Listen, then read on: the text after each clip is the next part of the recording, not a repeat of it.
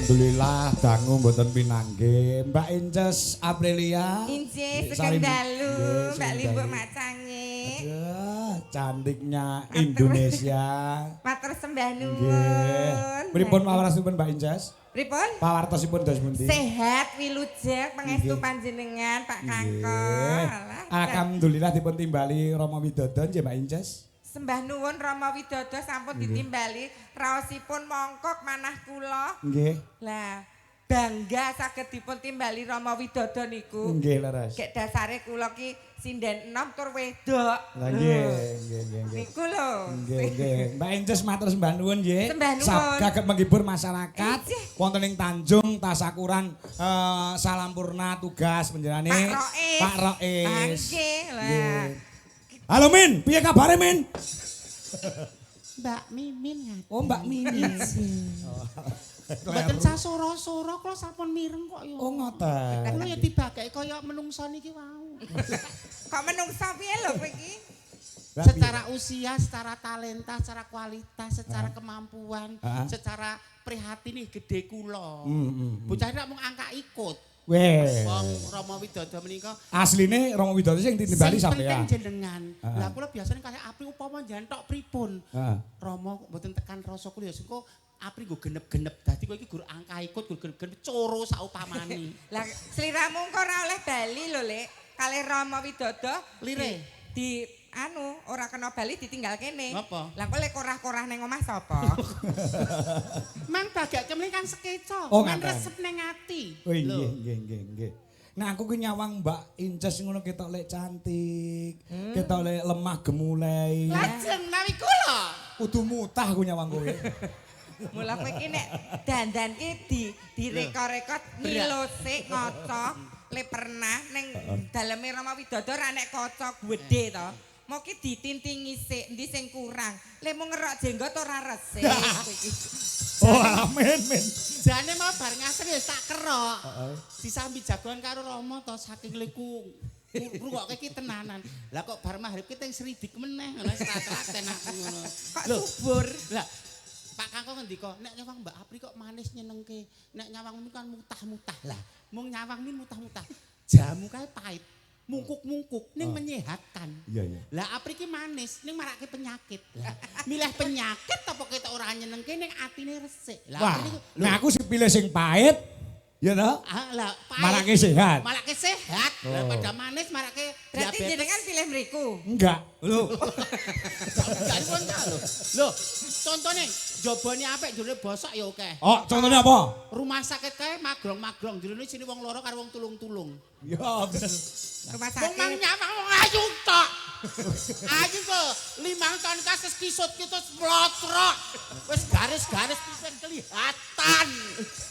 Nek dari hati lembah mana kowe mau dijak jagungan karo Rama Widodo kan sharing to Mbak Mimin Mbak Apri. Kowe lho ger ngutek VCS karo sapa-sapa. Aku ngrungokke jenjem tajem. Otak ningke. Oh iya ya bener ya urip ki ra mung mburu ngene tok. Kowe lho ger VCS-an ra menghargai. Eye contact. Wah, Eye contact ki apa? mata ketemu mata. Oh, Emang. iya. Lah, eye contact lho. Aja tenanangan ra menghargai. Lho Rama Widodo ki tresno. Sujone dilunasi nek urung dilunasi, aku nang bayar bagiane Apri aku. Lho aku mau ki dolanan HP video ngendikane Rama Widodo ki engko tak setel meneh ngono lho.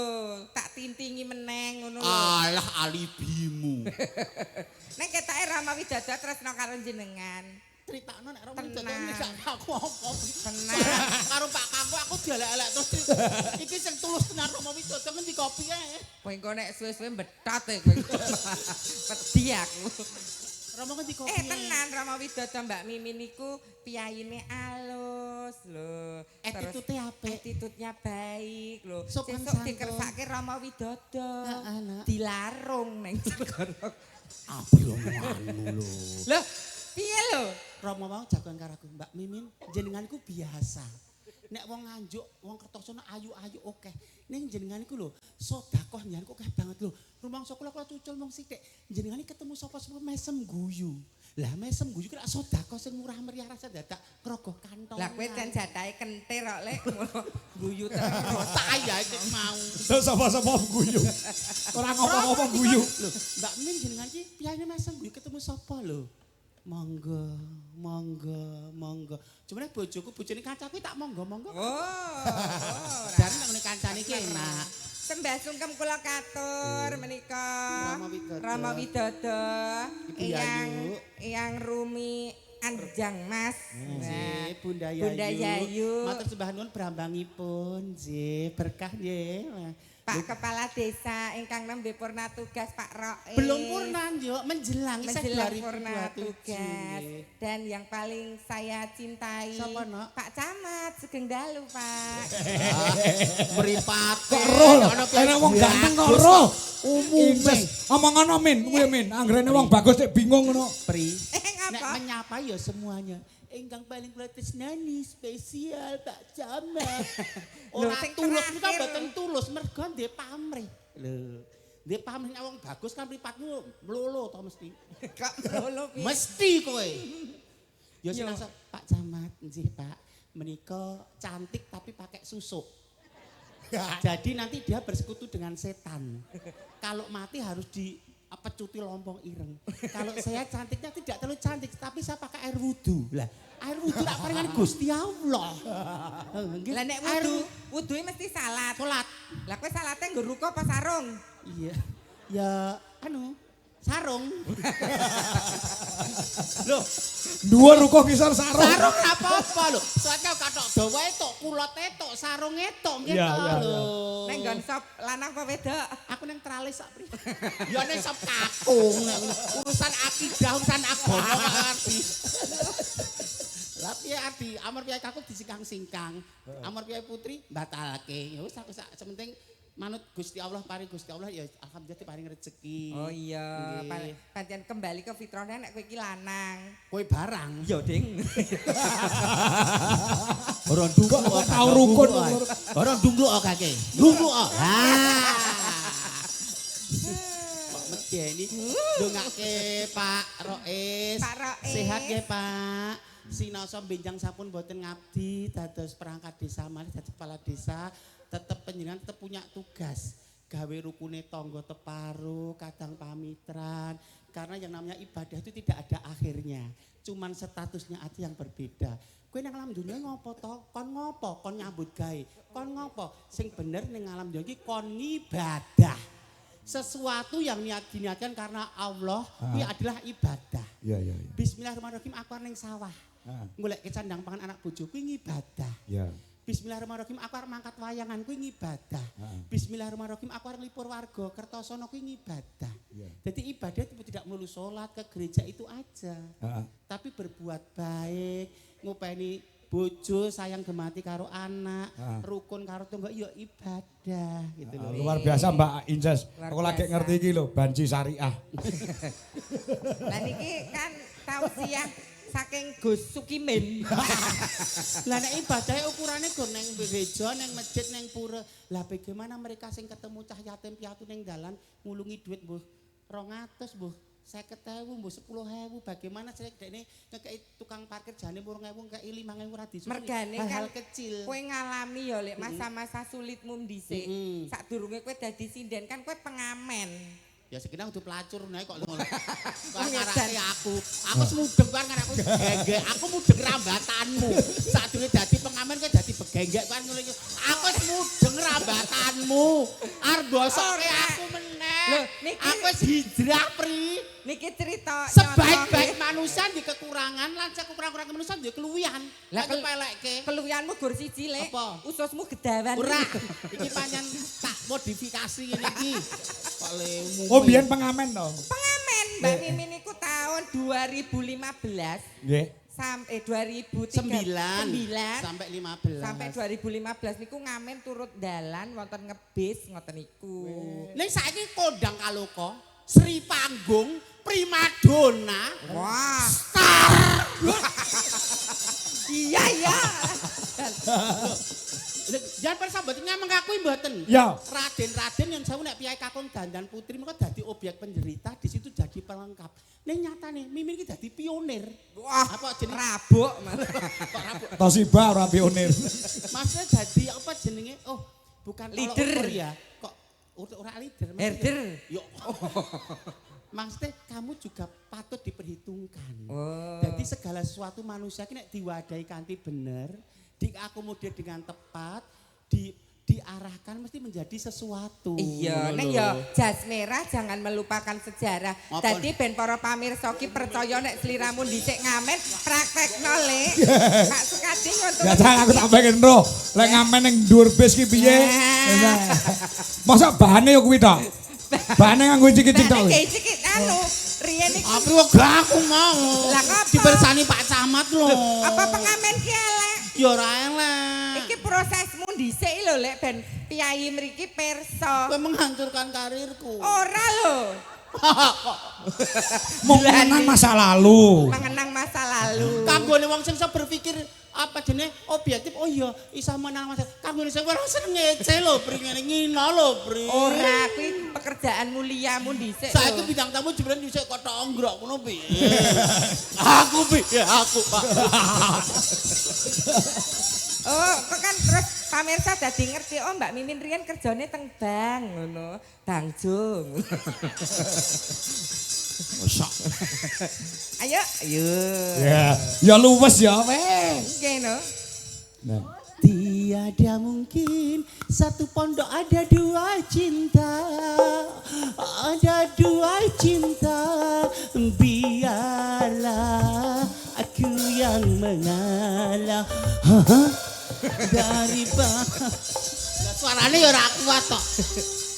Bacaane piye? Bacaane yo nyinden ngono apa bacaan anu? Kula kagem rock mini kan kaki saya kan terkenal mulus ya walaupun saya tidak pengen betis saya kan indah, Oh, betis iya. saya indah tapi saya tidak pengen apa dene memamerkan aurat tapi tetap pakai stocking. Oh. Ngangge rok mini angger wong liwat girap-girap. Lah, Lah, Lah tidak ada bocah. Kuwi abraku Terus dhewe. lagune sing Mbok wis ora wis lho kecuali lah. Pengen ngerti lho Romo Widodo pengen ngerti sejarahmu dhisik. Oh. Nanti tapi aku ini bukan bullying toh, bukan toh. Bukan Wulian. Ini semua ingin tahu aja. Bukan perundungan toh. Nanti kamu tertawa di atas penderitaanku. Enggak ya? Iya. Toel. Sukanya toel. Oh. Nempel maunya nempel. Cowok zaman sekarang memang susah dipercaya. Oh. Cowok zaman sekarang memang susah dipercaya. Lihat kening licin, lihat body mulus tak tahan. Iblis ki nggodha menungso 1000 dalan. Apa wae? Dengan harta, kontal ora. Heeh. Dengan tahta, Heeh. waria. Wanita. Bareng gua abrakan Harta, apa? tahta, waria. Apa? Harta, tahta. Wanita. Oh, lah nyatane do tak godho ya mapan ki berarti. Berarti kowe iblis. Ayo, iblisnya kowe. Kepanjangan tangan lho. Iblis ki makhluke Gusti Allah sing pinter. Pinter banget. Ning dia sombong, dia takabur. Mula ning alam dia tugasnya nggodha menungso. Dengan cara celah-celah sing paling manut. Gampang perpecahan, adu domba, ora rukun, dusta karo bojone, ora sayang. Lho niki lho, etuk-etukane le mondok kalih Pak Kiai teng Pati niku nggih niki. Weh. Intine sing penting guyub rukun, tetep nyambut gawe perkara akeh sithik menika ora mung perkara etungan. Insyaallah sithik ning dicukupkan daripada akeh ning merasa kurang terus. Ya. Syukur bagi akeh berlimpah iso berbagi. Betul. Amin. Nggih. Kalian tetembangan Mbak. Oh iya no. Nggih. Tetembangan. Tersane kangge hiburan sama nembang sih. Lah bar iki penyanyi Pak Kepala Desa arep nembang nyumbang pengen duet karo Waranggono. Oh nggih. Ah. Ugi mangke wonten permintaan suket teki kalian lagon bapak koleksi saking Mas Didi Kempot. Oh. Nggih pamrih saking Bunda. Oh ngoten. Nggih. Ayo bawa sik apa nderek? Tapi aku njaluk sing bawa mong loro gentenan. Gen ketok suarane sing apik, sing elek sing ndi, sing ayu sing ndi, sing ora ayu sing ndi. Lah kira pun iki kan pun timbuk cantik, menarik, unik. Wah iya. Mistik. Jajal. Pengen krungu. Siap. Napa, Mbak? Nyuwun Injas. Asmarandana nggih. Oh nggih, Asmarandana. Isaran Nduk, aja ngisen-ngisen Mbak Ayu mulu. Telek kok. Luwih senior, Mbak Mimin ya, luwih senior ya. Ijen. Berarti apa-apa ki sing marahi awakmu, Mbak Mimin? Jadi iki dalam proses belajar. Tadi iki jenenge ganti. Ganti apa? Mbak Kiki. Kok iso Kiki? Sukimin dijebuk tengahe dadi Kiki. Ya men rada modern to Pri, nek ketemu Pak Camat, ketemu Romo, ketemu sapa-sapa para punggawa pelajar, mosok sinden Sukimin. Ya. Dek Kiki, men cek ketok kaya enom lho, Dik ngono. Perkara aku ketemu walah ngono ya. Aja turu. Randuwe. Sore kaki. Tenan nih. Biar nganjuk iso terkecoh nyawang Mbak Apri suarane apik itu tenan. Gur dempulane 3 cm ya. Mula kan dandan nomor kancane tempe iki wegah to. Aku wegah ndak konangan aibku. Wegah nomor kancane. Nganggo rapalan sik kok nek dandan. Raine iki Oh, pikirane gur elek. Raine gur dikutuki sik kok. Iki penyanyi apa kijing kok kutukan sik. Tiba nganang jagat.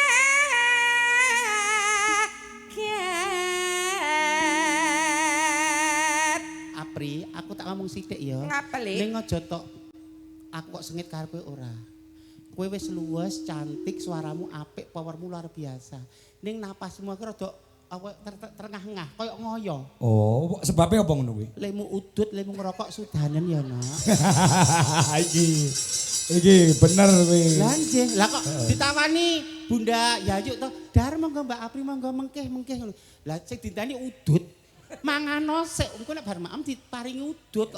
Jeblane nggoni udut wong wedok kaya ngono ra sopan. Sing ngomong wedok sapa nek tuapuke kok. Lah wedok apa ora kowe? Wedok nek mengkurep. Berarti ngerokok ki ora apik ya. Mboten apik. Saman yo ora ngerokok to? Kula mboten. Wah, engko mesti suarane landung sampean timbang. Kene. Dadi menghindari rokok, Hah? olahraga, tidur cukup, tidak stres.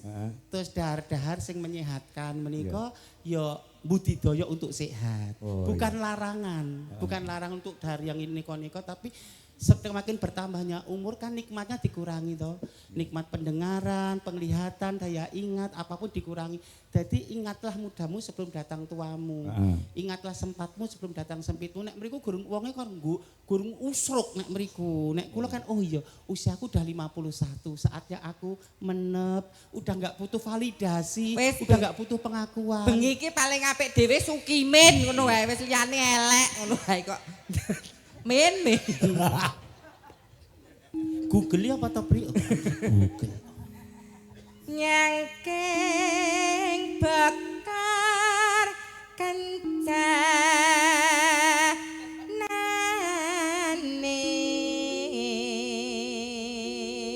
Iya ki napase kurang landung mergo rokok. Anjir kok tengah-tengah. Nyobi sing Coba. suarane landung tur orang rokok. Oke, duduk. Oh iya duduk. Biar tahu, Batman Anjay. pilah, carane main pilah. Kok nganggo. Agak ambekan wae, wis dadi renane para seniwati wis kagum. Gur agak ambekan. Kayak tekek kepidiak. Karena kuncinya kan di nafas toh. Sebaik apapun suaramu kan nafasnya ra landung, yo elek, ra tekan gone. Mesti ngedapi-dapi kae. Pernapasan ini penting untuk dalam rangka bersuara. Jadi ora mung swara terus. Dadi kok Klaten kene dipamerke warga mriki ki ora nguci wani. Rasa tok kandhani. Lah iya. Rama Widodo.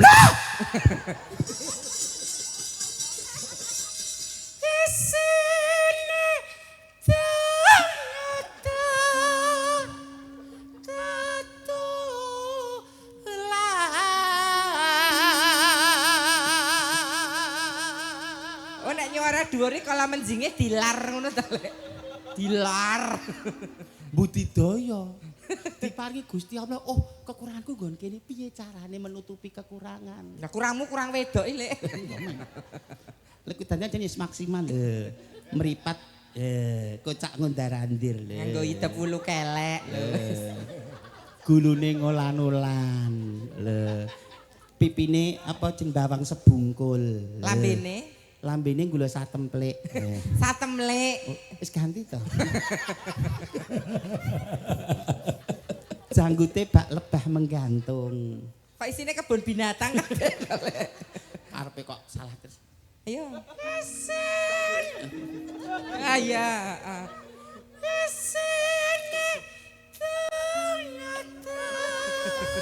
Kok nek ndase ucul. Sandang lho. Kuwi teknik apa jenenge kuwi? Sandang utama. Dadi kudu dipolke. Wong siji sandang nggih to. Sandang, pangan, papan kuwi paribasan kuwi kebutuhan pokok. Ya. Nek sakniki ditambahi pendidikan dan kesehatan. Ora sing tak takon iki teknisi perjuara aku mau lho. Tebal tipis. Oh, tepat tipis. Nampil teknikpun yang titik puspa. Ah, iya. Sandang lho kuwi keto. Nek wong urip kudu budaya golek sandang. Kelawan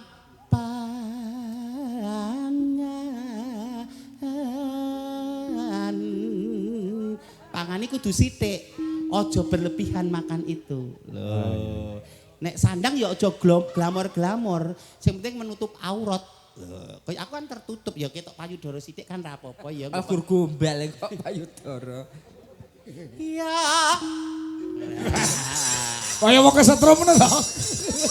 Kanggone sing ora seneng ora kurangi panacat. Oh iya. Ora seneng kok. Oh iya.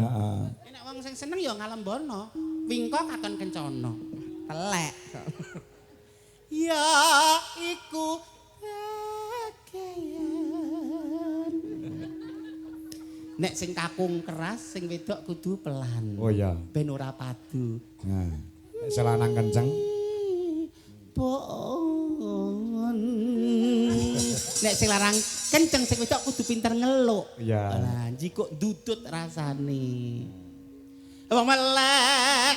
Wong melek iki bagian dari prihatin. Wong melek niku bagian dari prihatin. Iya. Wong prihatin kok sore tetes turu apa? Kira mau dadi kapusan brosur. Wong melek sabar nah rimo.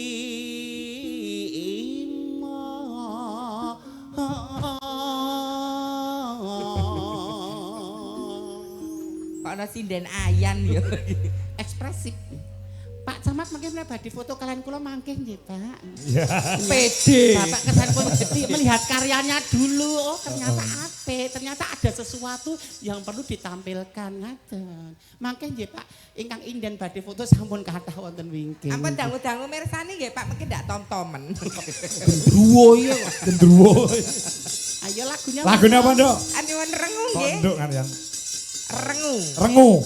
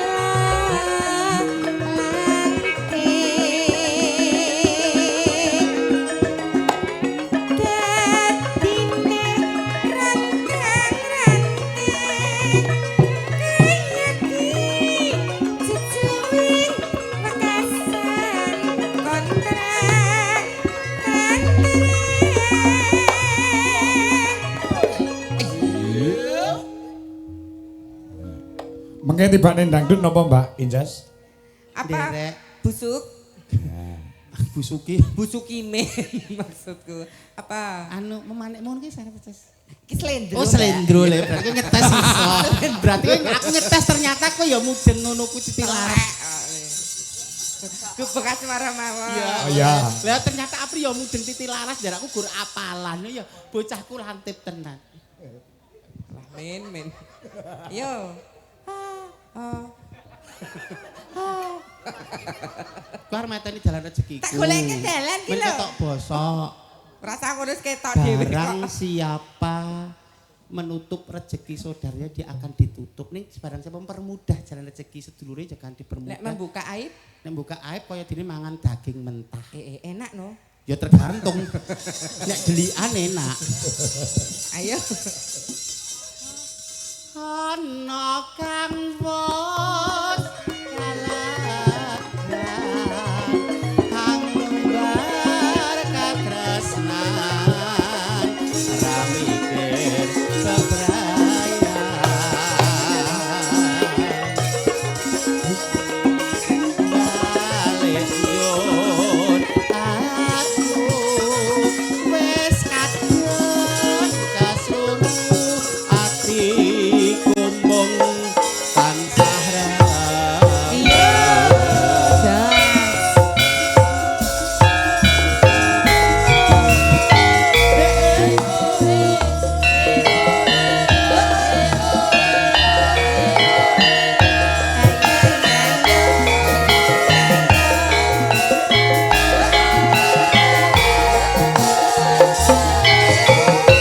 Ayo men, ayo men, ayo men.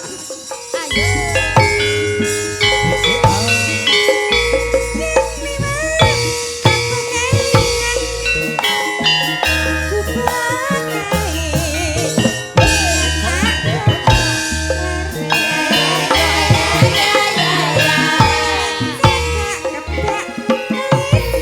asik Mas Pomo, terima kasih.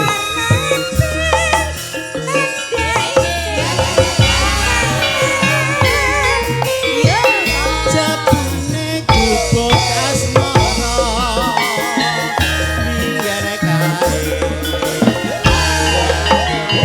Berkah selalu.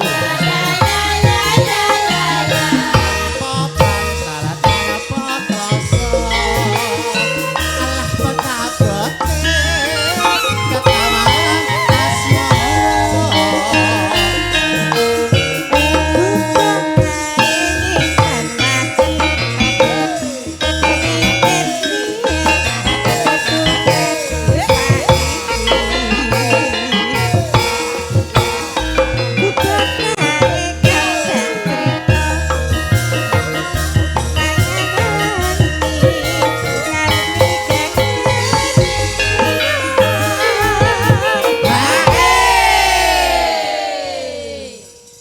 catatan sajroning ati datar lungguh saya meratapi aku kowe dadi garwa marga leren nang gubuk asmara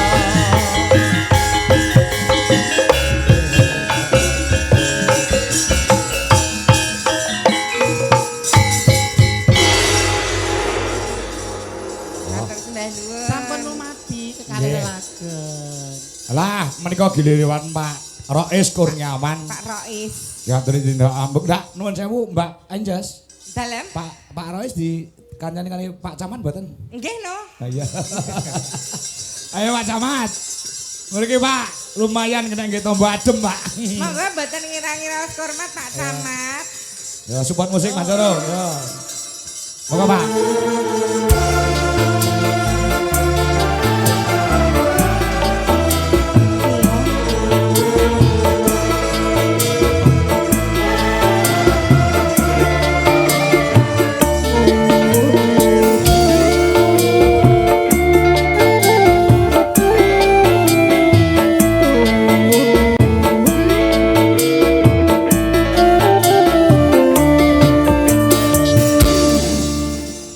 Sugeng dalu Mbak Apri. Sugeng dalu Pak Nggih, Rois. pripun pawartosipun? Sehat pangestunipun Pak Rois Nggih. Matur suwun sanget saged rawuh ngibur masyarakat Tanjung Kecamatan Kertosono. Ije Pak, matur Nggih. sembah nuwun iki sampun nimbali kula Nggih. kalian Mbak Yu kula. Nggih. Tembange napa? Kula nggih Mang Bagek. Oh nggih, ngapunten. Arep kula tuwek kula ya bintang tamu Pak. Nggih. Kula nggih Mang Mangga. Pak Rois wedi. Tamu adalah raja. Nggih. Kula Mang Bagek Pak Lurah. Namung gegojekan mawon. Gojek kok kepak kaping-kaping. Ampun nulat Pak Dalang niku ndek kalih kula mboten kula legani.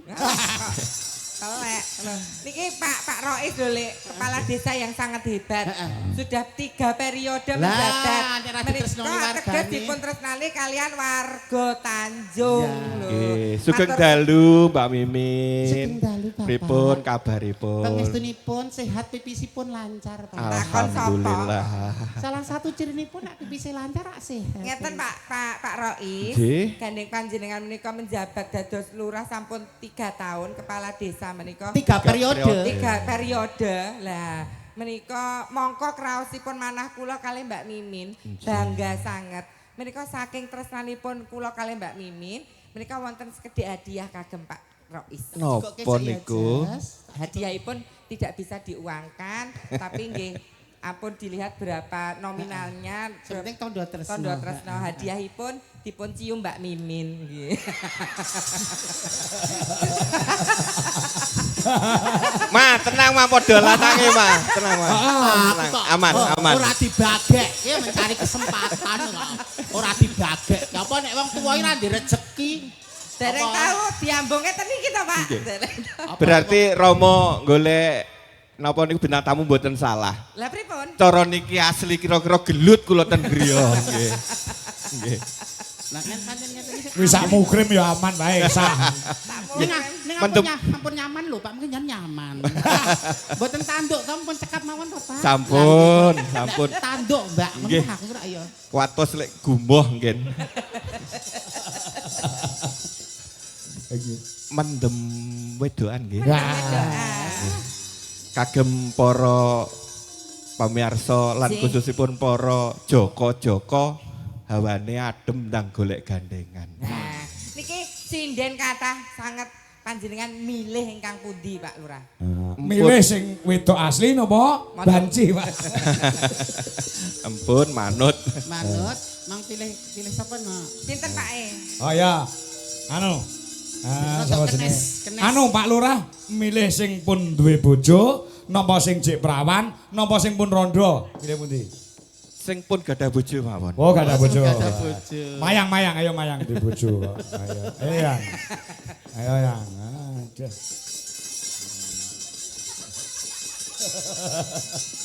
Mayang Ayo, Mas. punya suami.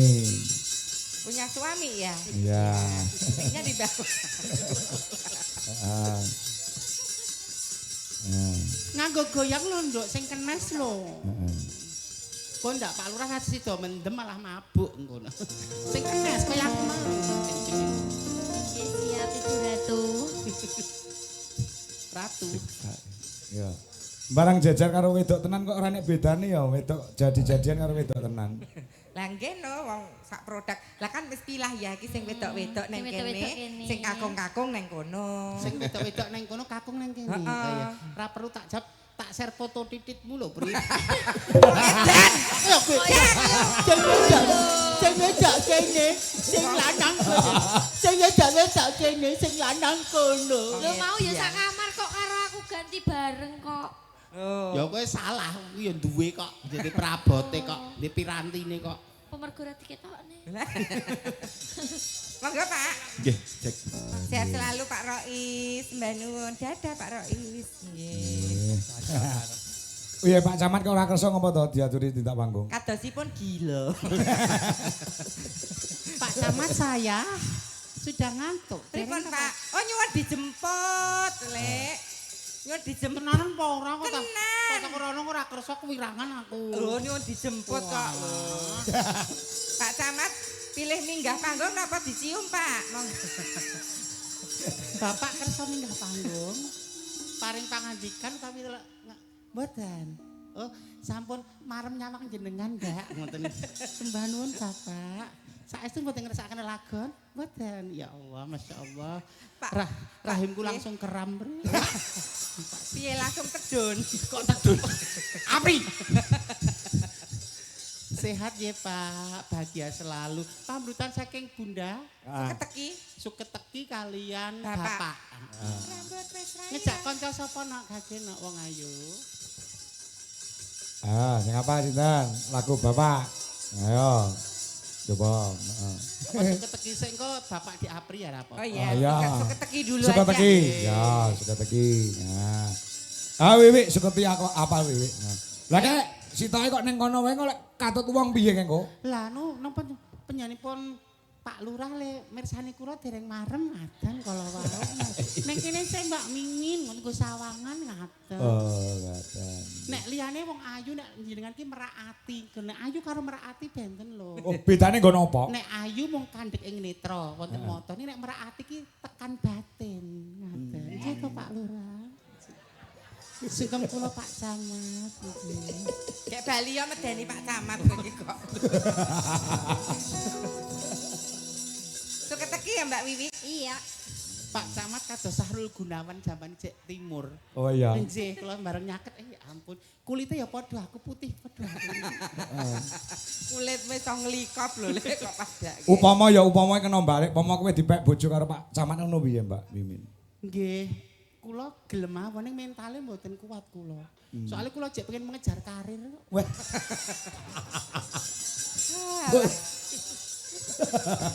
Wis tuwek anu aja mengejar karir.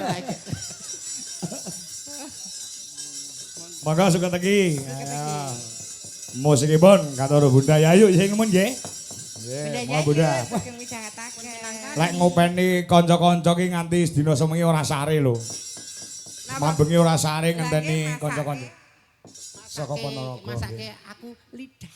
Weh. Mbak menawi Bunda Yayu kersa nyanyi suketeki. Mboten. Nyimpun mangga langsung suketeki. Mangga musikipun ditampa kesel ya Mak Mimin Mbak Apri. Nggih. Bunda Yayu lek ngopeni kanca-kanca luar biasa. Mbok menawa ket mau bengi nganti sayane urung sare beliaunya. Bunda Yayu ngantos renyuh menangis menika Bunda Yayu. Nangis Nggih. bahagia ya no. Luar biasa, pancen ya almarhum Didi Kempot ki nek gawe lagu iso menyentuh hati. Karo nganti grupi ambyar. Yo, tak japukne karo prawan-prawane Dwija Laras Indonesia. Sinten menika? Mbak Wanda karo Okvalika ki jek prawan kabeh. Wah, ya. Insya Allah, tapi aku ora ngerti. Kemarin penonton perpamersa iso beda kita sing sejatine perawan, sing mung ngaku-ngaku perawan. Ya, iya. Ayo nak. Dicek, ayo disupport iso. Mari berdiri, yuk. Mbak Opa Wanda Amara dari Ngawi dan Sidoarjo, yuk.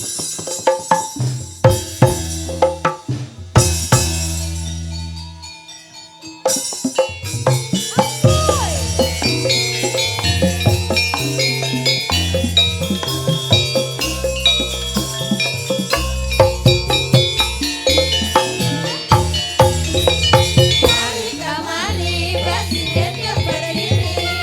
Menyanyi sambil menari. Yang akan berdiri.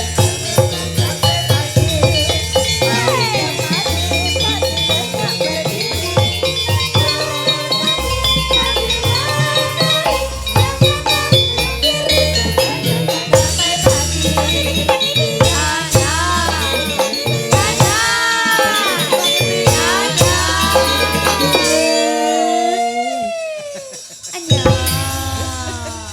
Lah saiki men disawang karo pamirsa wedok asli karo Oke di zoom ya yang benar-benar cantik. Pengakuannya saja mang secara the real cantik. Wah, ini wale kok jane Wandai kono, Okva kene. Nah, Princess Aprilia, Okva, Wanda dan Wandu. April. Wanda karo Wandu. Wanda karo Wandu. Pri. Ah, Iki asli Wonogiri lho lahire Mbak Injas. Ingkang Mbak Opa. Mbak Opa. Oh, dari Wonogiri. Wonogiri. Giri Tontro ngendi? Ngendi? Dalam Wonogiri. Wuryantara. Wuryantara. Oriantara wah, mula pulen kayak tiwul ya, Lek. dasare pacare Opa kuwi jane karo aku tuh aku pengen meniti karir ijikan wong. Saben wong ngedek aku mengar meniti karir. Gur meniti kare mbok pisan-pisan meniti gamelan to, Lek. Nek sampean iso anu Mbak Mimin, nyawang Okwa ki piye? Ayune mung ayu rupane apa tekan atine no iso ditropong orang ini. Menika cantik lahir batin. Oh ngaten. Esemipun menika tulus, bukan senyum karena pekerjaan sama senyum karena tulus benten. Oh, beda. Kalau senyum karena pekerjaan itu saat menghadapi customer dia baru tersenyum. Tapi kalau senyum karena tulus menika dalam situasi apapun cahayanya sumringah. Nyenengke itu salah satu ciri penghuni surga, dilihat ketok nyenengake. Lomo dan tidak berburuk sangka. Oh, tidak berburuk sangka. Jadi tidak kan ada penyakit namanya penyakit hati. Kamu tidak punya penyakit hati. Bahagia kalau melihat orang lain sukses. Calon penghuni swarga. Surga. Nek Mbak Mimin calon penghuni swarga Bandang. Sarga kok dandang. Lho nek dikandani iki ngrungokke Opa. Nggih. Rupanya enak mau dilihat menyenangkan, lomo, kalau dia tidak punya penyakit hati. Nah, itu ciri penghuni Pakde. Lah nek sijine iki ya cek perawan kabeh Iki lho. cek alus lho, Lek. Banda iki cek alus ibarate kertas ki urung kena urek-urek tinta ngono lho. Nek Wanda iki nek tiba piyai sing iso nuntun dalane dadilan apike. Soalnya bocah iki kaya paribasan ijek resik kaya kapuk putih bocah iki. Dadi garek ngisi, lengar gambari tok gambar opo dek neneng lho. Nek muga-muga anu nek pacaran sing sehat ya Nduk, nek mung ceklan tangan ya ora apa-apa, kesenggol gegere ya ora apa-apa, tapi yang satu itu jangan. Apa ta, Lek? Ya siji kuwi rasa tak critakake, kaya aku mbek kowe dhisik lho.